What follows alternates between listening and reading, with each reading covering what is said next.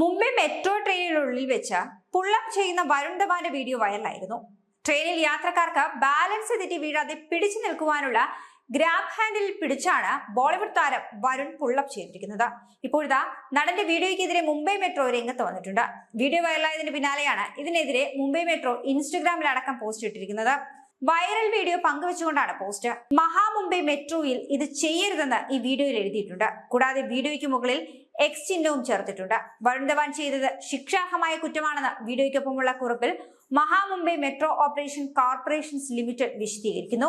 വരുൺ ധവാൻ താങ്കളുടെ ആക്ഷൻ ചിത്രങ്ങളിലെ പോലെ ഈ വീഡിയോ ഒരു മുന്നറിയിപ്പോടെ, അതായത് ഡിസ്ക്ലൈമർ ആണ് പ്രചരിക്കേണ്ടിയിരുന്നത്. എന്നാൽ പക്ഷേ മഹാമുംബൈ മെട്രോയിൽ ഇതുപോലെ ചെയ്യുവാൻ നിങ്ങൾ ശ്രമിച്ചു. അങ്ങനെ ശ്രമിക്കരുത്. മെട്രോ ട്രെയിനിനുള്ളിൽ സമയം ചെലവഴിക്കുന്നത് രസമുള്ള കാര്യമാണെന്ന് താങ്കൾക്കറിയാം. എന്നാൽ ആ ഗ്രാബ് ഹാൻഡിലുകൾ തൂങ്ങിയാടാനുള്ളതല്ല എന്നും മുംബൈ മെട്രോ പോസ്റ്റിൽ പറയുന്നുണ്ട്.